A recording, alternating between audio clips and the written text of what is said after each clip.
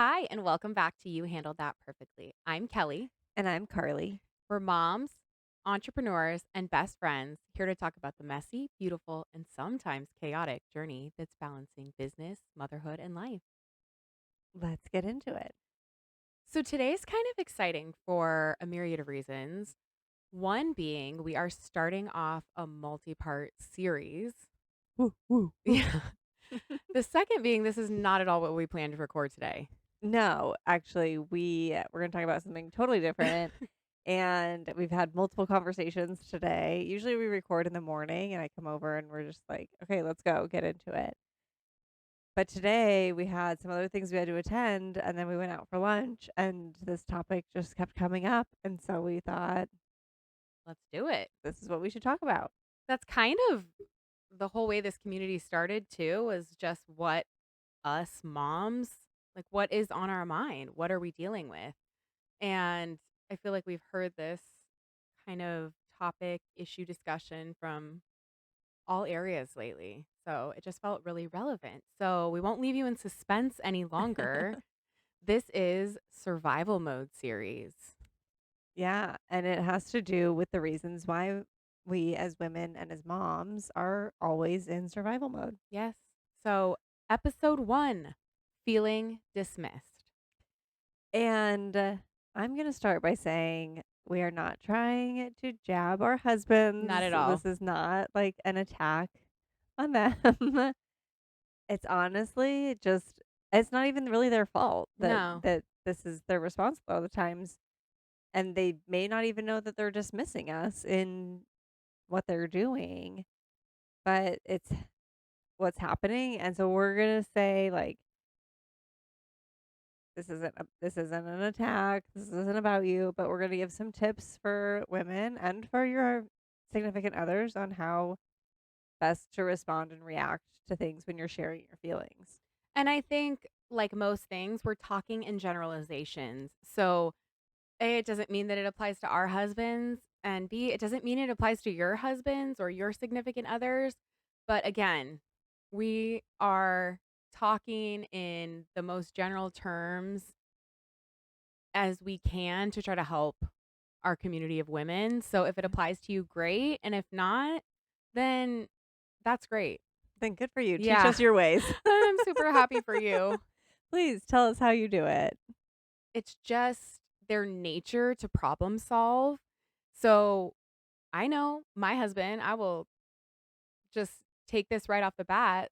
That is literally what he does, and he admits it, and he hates that I don't want him to do it because they're Yeah. fixers. Yeah. And Tim does it too. Well, I'll come in with something and he'll be like, "Oh, well, we should do like Yeah. this, or you should do that, this, that." And I'm like, "Well, actually, all I wanted you to say is, oh man, that's too bad." Yeah. I just wanted you to commiserate. Yeah, just tell me that what I'm feeling is valid and it makes sense that I'm feeling it and move on. Yeah. I don't need you to solve all my problems. Sometimes No. I just want you to be a sounding board. And I think that's the thing that most, I don't want to say arguments, most discussions aren't something that are solvable, at least not in the short term. Yeah, so true. It's an ongoing discussion. Yeah. So, I guess we have to teach our husbands, we have to teach men how to talk to us that way. And our sons, Yeah. really, because we both have boys and teaching our sons how to respond to emotions is huge and their future wives will thank us. Yeah. Yeah, seriously. And you're welcome. According to John Gottman, the research shows that about 69% of conflict is ongoing. That's crazy. Yeah. I heard something recently too, oh, and I wish there was a percentage, but it was basically talking about how the first topic that you disagree on with your significant other, or like the biggest issue that you first have, will always be the biggest issue that you have. And I Oh, thought interesting. that, yeah, I thought that was super interesting. But I feel like in general, this is that issue for most people, like in generalized terms. I mean, it might vary on what they're trying to solve, of course, but I mean, we're in two completely different relationships, and yet I know we both struggle with that just because our husbands wanna be so helpful. Yeah, and they think that they are, but unfortunately what they're doing has an opposite effect on us, and so them trying to solve it means that whatever we're feeling in that moment isn't valid. We're not feeling heard, we're not feeling seen, and so then we just get frustrated, and then eventually you just kind of stop maybe, you guys listening or whoever just kinda stops going to them with their problems, Definitely. I do and then think it it makes snowballs. Yeah, I do think it makes you shut down, and then that, like you said, is what makes it snowball. Yeah, and then sometimes he'll even say it too, like, he'll start to problem solve, and then he'll say, "All you wanted me to say was, 'Man, that's a really tough situation.'" Yeah. I'm like, "That's exactly right." We've gotten to a good place where Arthur, if I start to kinda go off on a rant, will kind of interrupt me and say, "Okay, do you want me to listen or do you want feedback?" And I feel like he has to kinda change how he listens based on that, which is fair because Yeah, if that you works. have to try to turn off your fixing brain if you're not gonna be doing that. Yeah. I feel like for me, I always want him to listen. Well, I I pretty much I think it's more like, do you just want me to listen and commiserate or be Yeah, support or say like, "Man, that sucks," or do you need advice? I do you think want that's advice? it. Is Yeah. like, do you just need someone to talk to, or do you just wanna talk to me, or do you want advice? Yeah, I think that's definitely it. And I think we've talked about this in a previous episode because that's definitely what I say to my daughter too. It's like, I just wanna know, I mean, I always listen, Yeah. but then there are some times where I wanna give advice, but I also wanna, especially with her, be sensitive to the fact that she might just be processing it. And so at some point when I've let her talk and I'm not interrupting, that's when I say, "This is a really tough situation. Do you just want me to listen or do you want some feedback?" Yeah. It's a smart way to go about it because then you're connecting with them, which essentially is all that we want is that connection Mhm. instead of connecting instead of correcting, Oh, I love that. right? Connection over correction. Yeah. It's so important because, I mean, yeah, that part goes a lot into parenting, Yeah. but when you think about the fact that as parents, we're modeling, if our kids can see us really hear each other, and so it's that, "Oh, man, I'm sorry you had such a tough day. That is a crazy thing you're dealing with," and it's acknowledged first, and then even if you don't ask, "Hey, do you want some suggestions?" You just kinda go into it, at least you first acknowledged it. Yeah, or if I were in that situation, I would do such and such. So true. Because then it's not saying, "Well, this is what you should do." Yeah. It's like, "Well, if I were there, I would handle it this way." The I statements are so important. Yeah. I Because then it's like you're handling it perfectly. Mhm. I would have handled it different. Still perfect. Mhm. Just two different situations and how you go about Yeah. coming to the conclusion. The other person knowing like, "Okay, I'm acknowledging how you've handled it and that you've handled it perfectly, but now this is what I would have done in that situation." And then you can say, "Interesting perspective." Yeah. Or, "Wow, I wouldn't have thought of it that Yeah. way. Maybe next Tip my time." hat. "Good day to you, sir." Maybe next time I'll do that. It's funny because 'cause I'm thinking about it in terms of kids, and you can't obviously talk to your husband the same way you talk to your kids. Because Right. with my daughter in these situations, it's a, "Well, what could you do differently next time?" But if I said that to Arthur, he'd be like, "Why are you talking to me like I'm the kids?" But I do think it's a similar sentiment of, "Do you think you would handle it the same way next time?" Right. Because it gets people thinking. Maybe, yeah, maybe I would. Or, well, no, hindsight's 2020. Like, what do you think I should do next time? Yeah, I could do this differently. Yeah, But everybody's different. everybody And is that's why different. you and I go to each other for advice a lot of times too. It's Yeah, because I know that you're gonna listen to me. yeah, And we were having a conversation today at lunch, and you said, "You're really the only person I can talk to about this." yeah. Because it's like, there's some conversations that's like I need somebody who's just gonna sit and listen, who at the end of it is just gonna be like, "I hope you make the right choice." Yeah. Yeah. Just make the right Just choice. make the right choice, Kelly. I don't know what that is, but Make make it. it. Much like our relationship with our husbands, we have that very close dynamic. So if I'm not talking about it with Arthur, I'm talking about it with you, vice versa. And like you said today, I said, yeah, this is so interesting. You're really the only person that I'd want to talk about this with. But also, what was so strange about it is I didn't even plan to talk about it. It was Yeah. like something came up, and let's talk about nervous system regulation. I felt safe. We were having lunch, and the conversation just came up. And I think, again, when you're in a relationship, like with our husbands, that's how a lot of these conversations start. But then they can take a different turn. You today were just very open, asking clarifying questions or, things to make me think. And I think that's where it differs with husband and wife dynamics sometimes because Or men and women. men and women, yeah. Yeah, definitely. 'Cause men definitely take things a different way or listen a different way, respond a different way, and it's not again, like, we're not saying it's not their fault that they aren't responding the way we want. Yeah. They're biologically built differently, Yeah.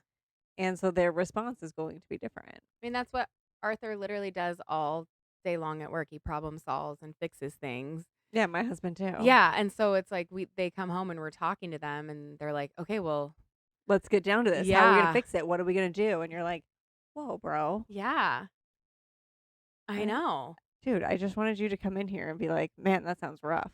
Well, even the way that they respond in commiseration Yeah. can a lot of times come across as feeling dismissed. I'll give you an example. I came out of my son's room the other night and he was in trouble for something. And I was briefing Arthur, just kind of like a hey, like, here's what happened. And he was very passionate, I guess. And he said something that came across to me like, this is what we're going to do. And it was not the time for me to be told what to do, kind of a thing, because I was so tired and I just kind of like shut down. We ended up talking about it the next day, and he had a totally different take on what he said. He felt like he was commiserating with me. Like Oh, that, interesting. yeah, where I felt like he was giving me a directive, Yeah. he felt like he was saying, "Oh, I totally know how you feel. That is so frustrating. That's why I'm so passionate. And I agree with you. Do this." So then just say that. Exactly. And that's where the communication breakdown happens. Yeah, and then over time, it breaks down more and more, and you just start to feel more and more disconnected until there's no And connection. you stop going to that person. Yeah. I mean, you hear about that a lot, especially with wives in relationships where when they stop bringing up problems in your relationship, that's really what needs to trigger, hey, something's wrong. When they stop wanting to talk to you about those things. Yeah, it makes And sense. it's a very subtle shift. Yeah.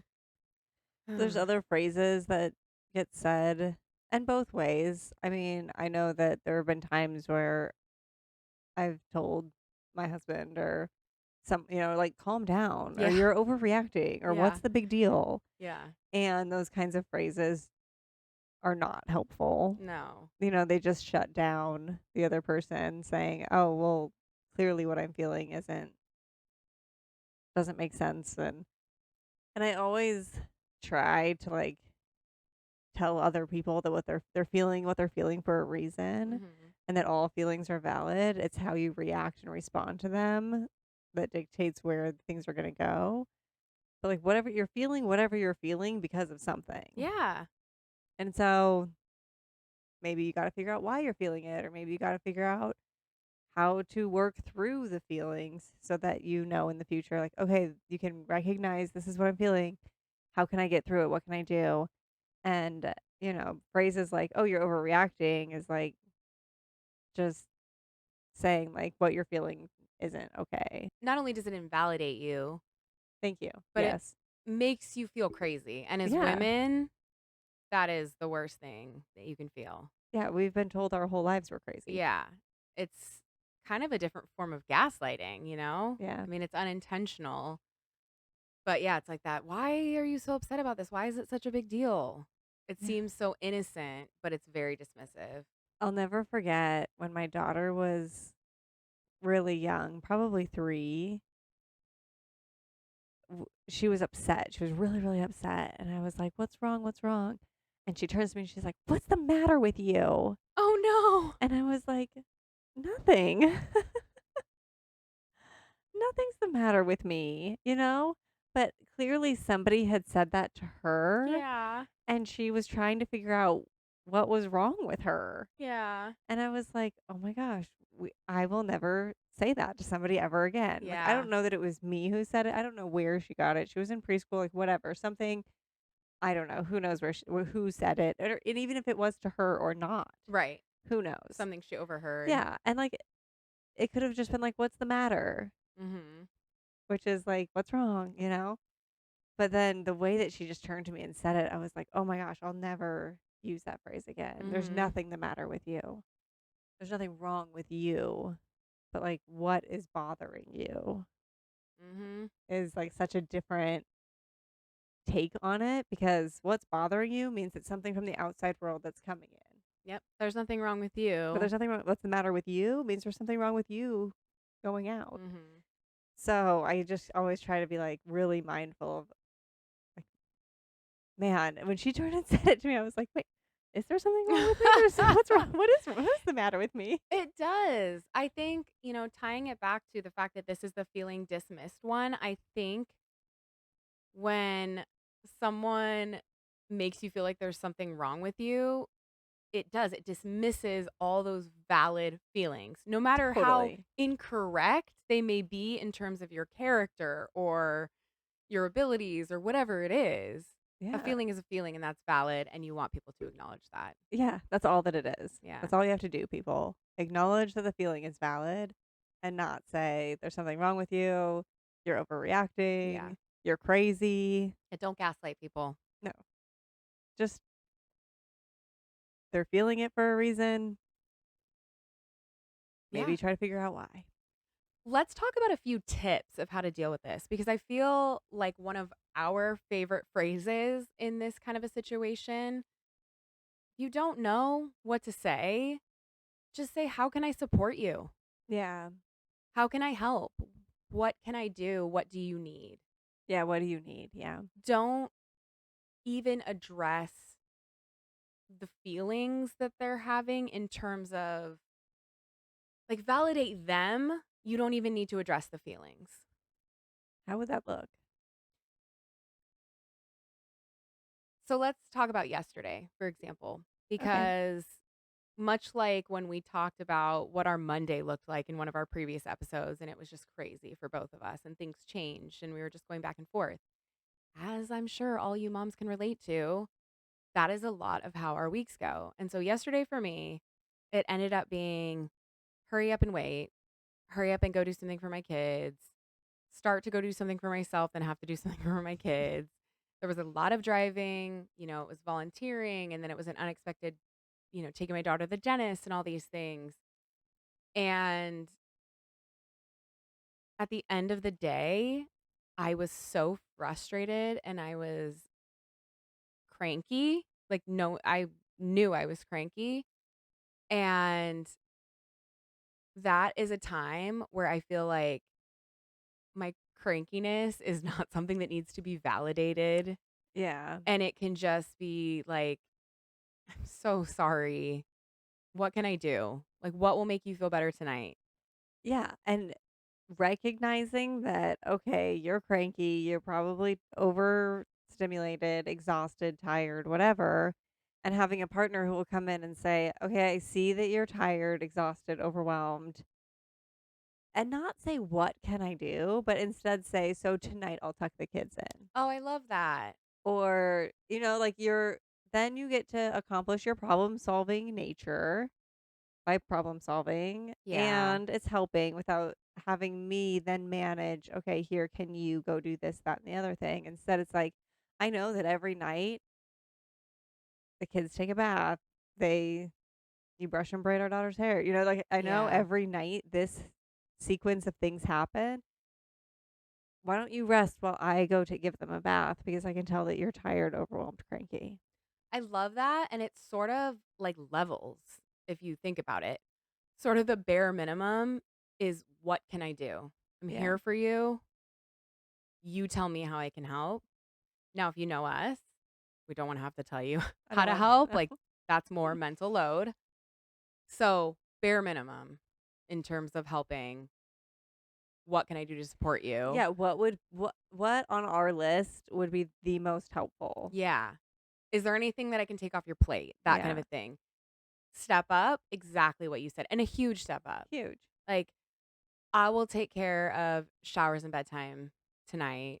You relax on the couch. Yeah. Absolutely. Or let's watch a movie together after bedtime, that kind of a thing. Yeah. That initiative. And again, it's that support of not addressing the bad mood. You're not dismissing it, Because you're but helping it. yes, exactly. You don't have to validate bad feelings. Yeah, Crankiness. but you can still make a person feel validated.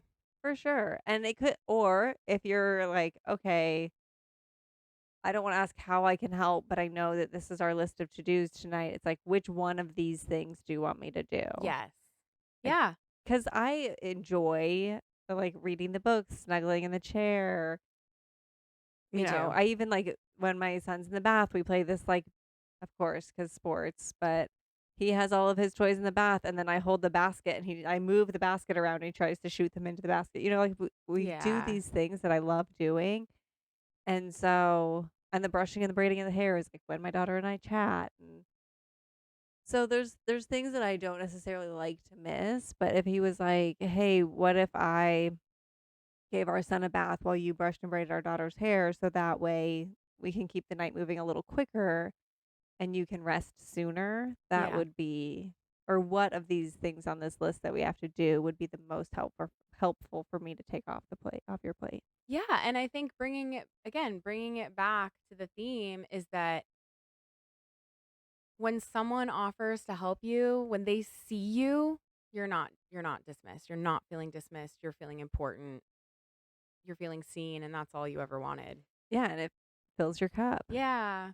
And knowing that, like, now that we've taken our love languages, acts of service is really high on Yeah. probably every mom's list. Yeah. And the more you can do without having to ask is, we'll take it. And I am curious if you haven't taken that from our Oh my season gosh, 1, like, a year ago. yeah, first dozen episodes. We'll link it in the show notes because I am curious, like, do you know what makes you feel loved? Because maybe that's something to explore with your partner so that in these situations, they don't need to get into that bad mood with you to validate you, to make you feel Yeah. heard and not dismissed. But again, there's something that they can do just in knowing you. Yeah. I So love it. that'd be interesting. I'm interested to hear too from the community what helps you to not feel dismissed. Like, is it as simple as I hear you, or is it something else? Yeah. Is it questions? When they go into fixing mode, do some of you enjoy that? I don't know. I'm just really curious how other people feel about this. Yeah, me too. I'd wonder too, like, or maybe you have a really good solution that's helped. Like, well, when my partner tries to fix, this is what I say and what we do. 'Cause I want to hear that too. Yeah, like, is there a code word phrase of like back it Butterscotch. I don't know. me here being like back it up, you're like Butterscotch. butterscotch. I don't need this. We were in the car last night and I had said, "Oh, I'm presenting today."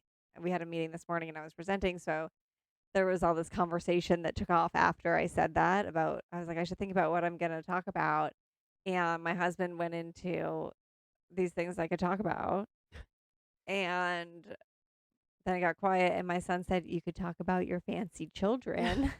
He's 4, he's pretty cute. And I said, "I could talk about my fancy children."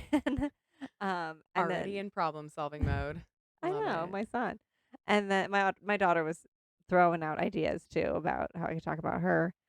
And, it got quiet again, and my husband said, "You probably just wanted us to say, 'You're gonna do great.'" Yeah. Or that's so cool. What do you think you're gonna talk Yeah, about? like, throw out some ideas. Yeah. I was like, "Well, they probably want me to talk about white space design." Oh gosh. That's funny. But I did talk about my fancy children. Yeah. You had to tell the anecdote. Yeah, it was so cute. So funny. So, I mean, really, that's part one of the series. I hope that we did provide a few little nuggets for you to think about. And I'm really excited to come back with the rest of it because I really do think they kind of all tie together. And I don't know. I just can't wait to explore more. Yeah, I hope you get out of survival mode and into a mode where you're feeling understood, supported, validated, loved. Yeah. And relaxed, like that Yeah. nervous system, staying in that really relaxed state is key. So, Yeah. And we're here for you, and we wanna hear your tips too. yeah. And if you need to relax your nervous system, go back to season 1 and listen to our nervous system meditation and bring your body back to calm. Yeah. Yeah. Alright. Channel your chi. Channel your chi and send us a DM about it. Can't wait. Um, yeah, so you can sign up for our newsletter on our website, or you can send us an email, and we would love to hear your tips on how you are dealing with these kinds of situations. We'll be posting about this topic on social too, and we just can't wait to hear your feedback and what you do in these situations because you're the experts too. You are. And in case no one told you today, You handled that perfectly. bye.